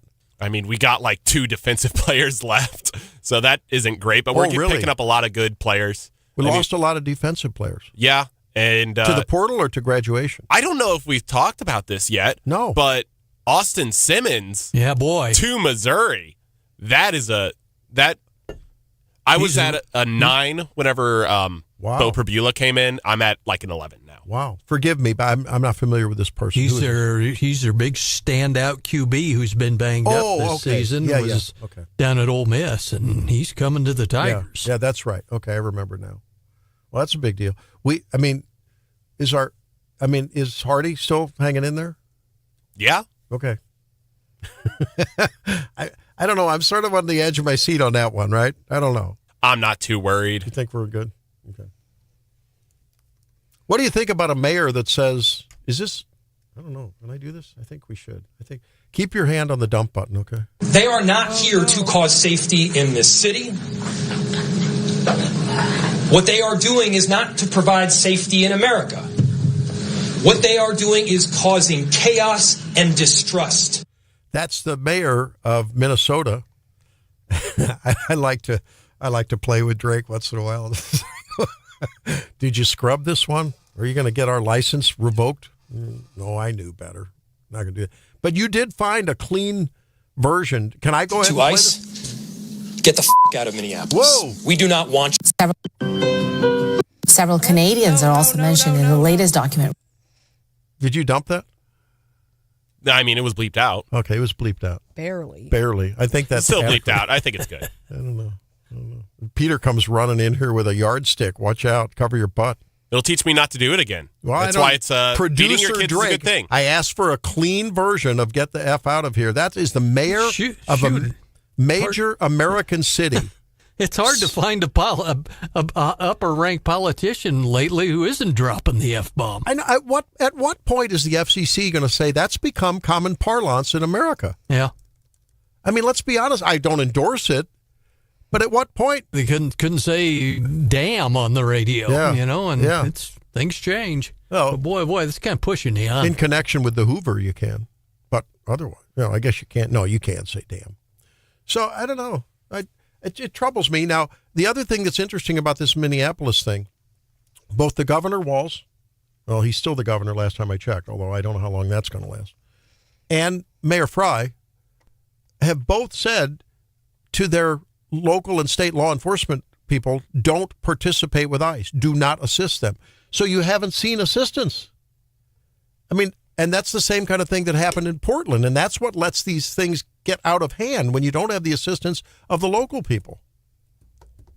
So, to my knowledge, I think, I don't know, I guess we need to ask directly the next time we have Sheriff Carey or Chief Wildy or Chief Schluty. We need to ask them if ICE were here defending a building under assault, a federal building, or rooting out illegals in our community, would you assist them? I think they would. I've not heard that they wouldn't. I don't know. But that's something I'd want to know. And I'd want to know that about Springfield in terms of their law enforcement, both in Greene County and with Springfield Police Department. I don't know. Maybe that's a question we need to ask them. Hey, this Saturday, by the way, for you who live in mid-Missouri, the Boone County new training facility and everything is going to be, I think it's this Saturday, is open for it. I know Brian's been reporting on this. He went to a media open house yesterday. He said it was fantastic, amazing facility that they've done, $20 million facility.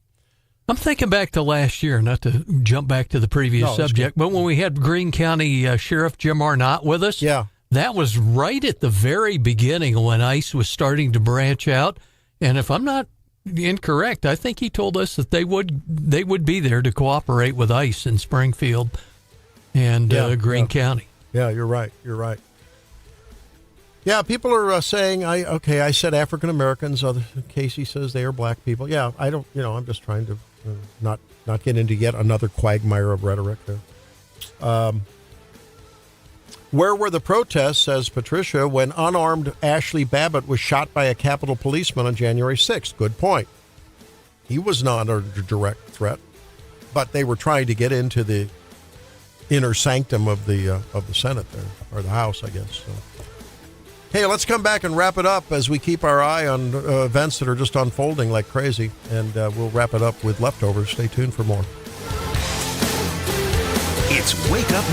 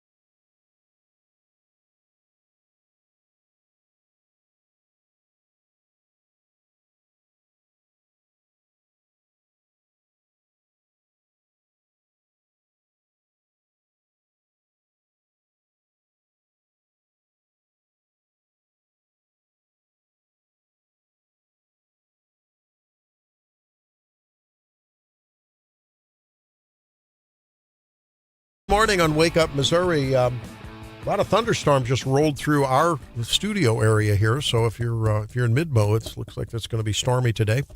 Time for leftovers, John. Story we wish we would have had when we had Colonel Bucci on with us. We're learning from security forces at Whiteman Air Force Base. An illegal immigrant from China is now accused of taking pictures and videos of the B-2 stealth bombers and facilities at Whiteman. Oh. They arrested him last month when he was in a van right along the flight line fence last month, and this comes on the heels of a press release we got the week of Christmas from Senator Eric Schmitt, who is going after an apparent Knobnoster trailer park that they say they have proof is owned by the Chinese intelligence services 1 mile from the north fence at Whiteman. Wasn't there a statute in Missouri that was proposed or passed or something, or is that Senator Schmitt's to limit Chinese land to more than it has to be more than 10 miles or something? Or? Yeah, there's a whole unit, Department of the Treasury, tasked with that, and I know Schmitt was in touch with him saying, hey, look into this trailer park. Wow. Bad news. I don't know. What do you have, Stephanie? Well, when should we vote on our municipal elected officials, and should they be required to declare a party affiliation?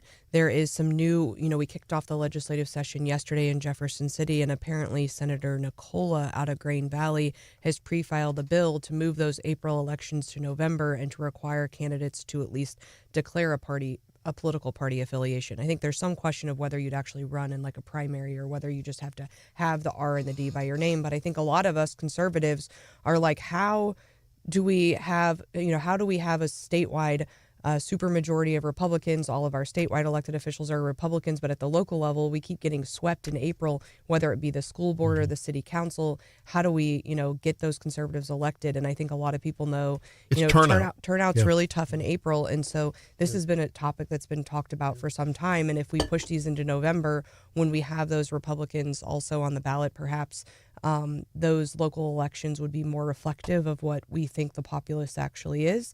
In other words, it would give people that may not be in it every day, and really, at least they would, by a party affiliation, at least have some guidance on the political philosophy of the person, right? Is that behind it? Yeah, and I think for a lot of people, local issues for a long time, I don't think necessarily came down to, whether you're going to vote in Jefferson City to increase the parking ticket to $25 might not be a pure R&D issue. I mean, some people might see it, but I think, as we become increasingly politicized, I think a lot of those local issues are partisan, and I want to know what that person, have that person make a claim. And I think many of us have seen people run for office and kind of go to start coming to Republican events and being like, I don't think that person's ever been a Republican. Wait a minute. Yeah.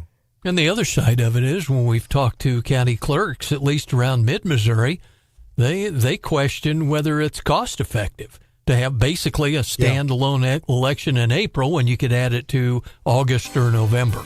That's a really good thought. But then are we going to have a 2-page ballot? That's another question. Okay, so that is among the many things that we will be following that affect you. When they affect you, we will be bringing them to you. We'll be talking about this, I think, as early as Wednesday with the various folks that we'll have at the table, including the governor, when we are at the governor's prayer breakfast next Wednesday. All right, Drake, I got it wrong. I'm sorry. Hey, we're thankful you've been with us. We'll see you tomorrow. Bye.